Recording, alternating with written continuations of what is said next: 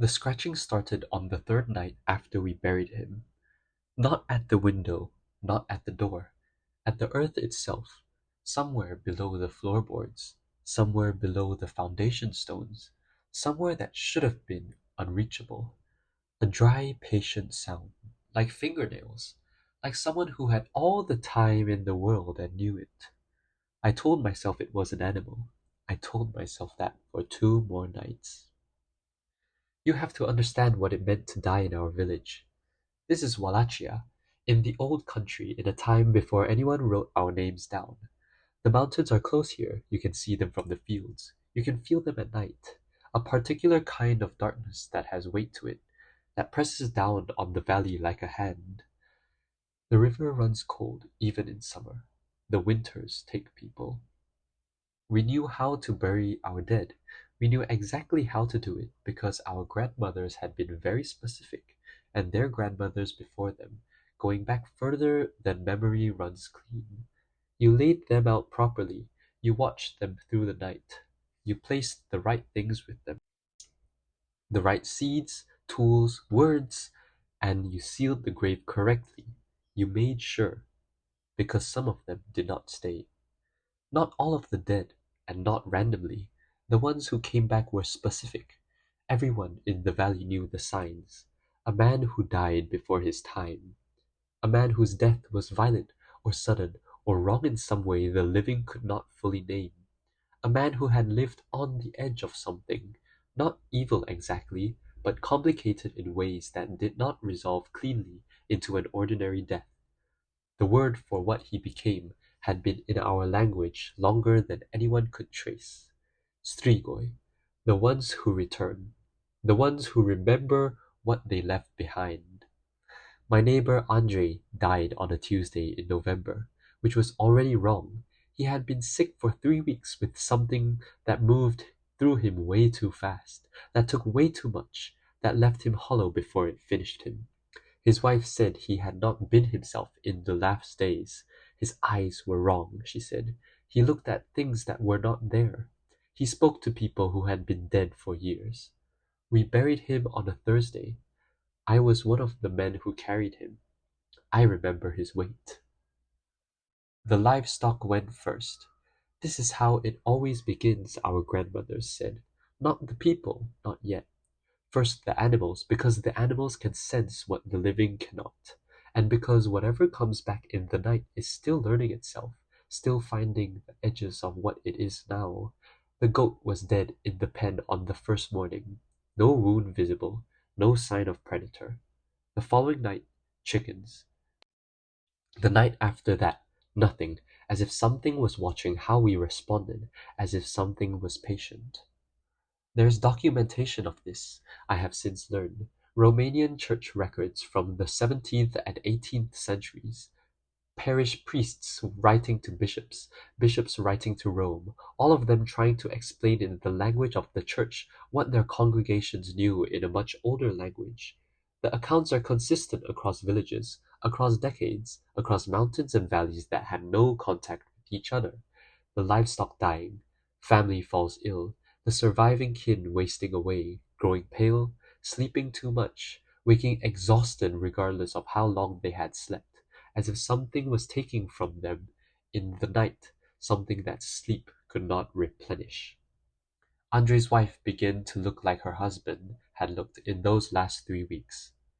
I brought this to the village elder, an old man named Constantin, who had seen this before, whose father had seen it before him. He listened without surprise. He asked 3 questions. Had the grave settled unevenly? Had any animal crossed over the burial site in the days after the funeral? Had anyone in the family heard sounds at night? Specific sounds, he said, without elaborating.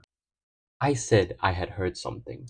Below the floorboards of my house, which shared a wall with Andre's house, a dry scratching, patient, rhythmic, and wrong.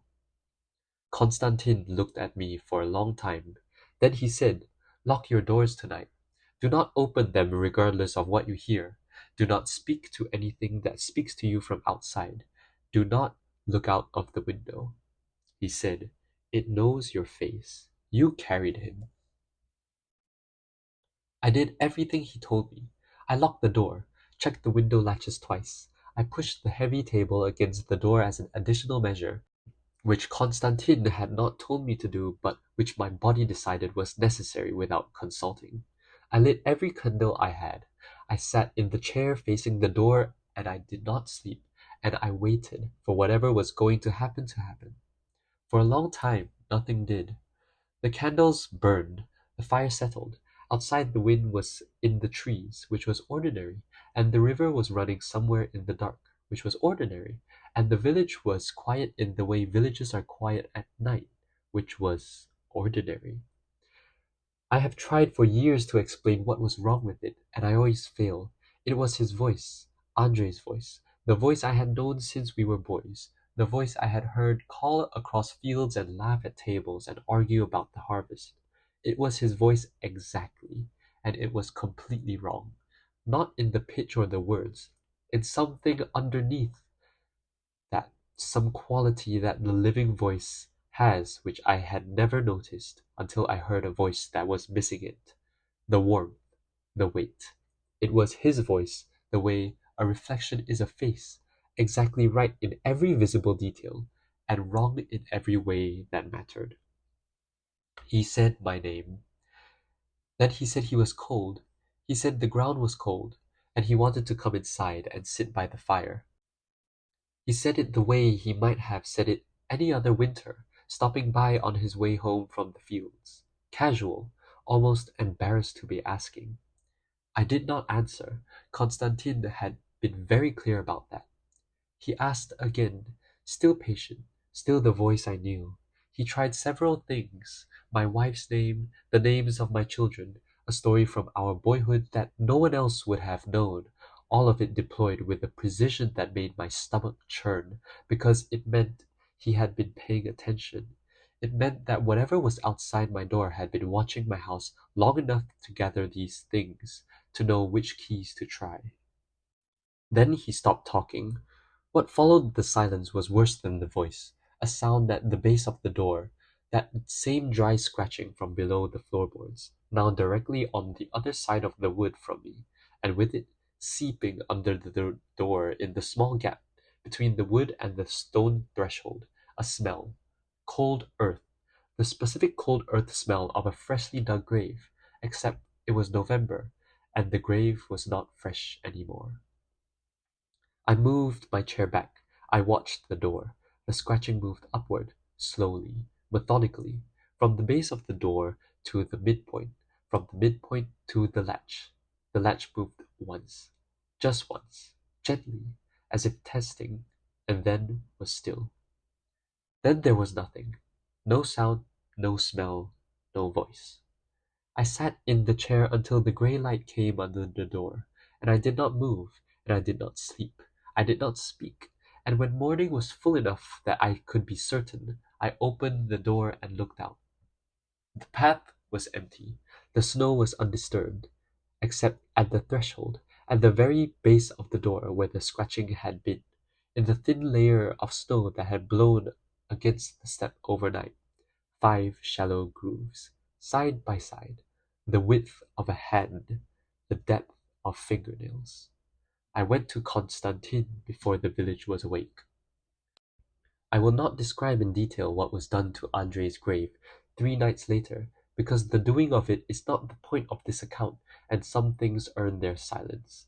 What I will say is that it followed exactly the method our grandmothers prescribed, that it was performed before dawn, that Constantine led it, and 4 men assisted him, and I was one of the 4. I will say that when they opened the grave, Andre did not look like a man who had been in the ground for 2 weeks in November. His color was wrong in a direction I had not expected. Not the gray of decomposition, but something else. Something that suggested the opposite process. His expression was wrong. The hands were wrong. I will say that after what was done, the scratching stopped. Andre's wife began to recover. The livestock in the valley survived the rest of that winter without incident. I will say that I carried him a second time, back into the earth, and I noticed his weight again, and that it was different from what I had remembered. This happened the way weather happens, the way the river runs cold even in summer. It was not extraordinary to us because extraordinary things are only extraordinary when they happen once. In the valley, under the mountains, the Strigoi was not a story. It was a category of event, something that had a name because it had needed a name for longer than any living person could remember. I have grown old since that November. I have buried many people since then, some of them correctly, and some of them requiring the additional measures, and that I have learned to tell which is which before the livestock die, because that is the skill you acquire when you live in a place where the dead do not always stay dead. Andre was my neighbor. I carried him twice, and I remember both weights.